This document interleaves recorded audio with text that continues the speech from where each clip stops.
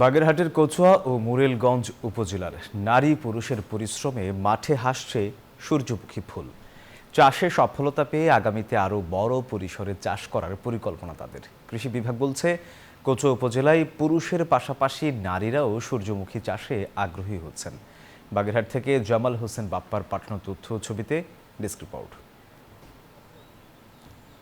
সবুজ আর হলদে আভায় ছেয়ে গেছে বিস্তীর্ণ মাঠ।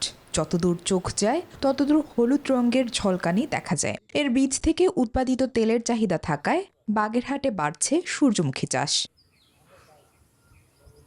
ভোরের আলো ফোটার সাথে সাথে মাঠে কাজ করতে দেখা যায় নারীদের। এই দৃশ্য শুধু প্রকৃতির সৌন্দর্যই তুলে ধরে না, বরং নারীর অদম্য স্বাবলম্বিতার গল্পও বলে।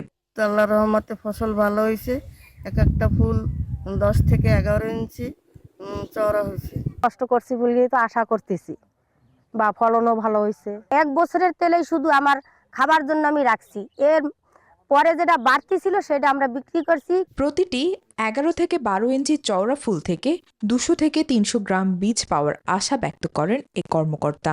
11 থেকে 12 ইঞ্চির আছে, এই থেকে 200 থেকে 300 গ্রাম বীজ উৎপাদন করা সম্ভব। এই বীজ থেকে যে তেলটা উৎপাদন হবে, তেলে অধিক পরিমাণ লাভবান হওয়া যাবে। সূর্যমুখীর ফলন ভালো হওয়ায় এবার 50 লাখ টাকার তেল উৎপাদনের কথা জানান এই কৃষি কর্মকর্তা। ভবিষ্যতে এই সূর্যমুখী চাষ আরো বেশি সম্প্রসারিত হবে।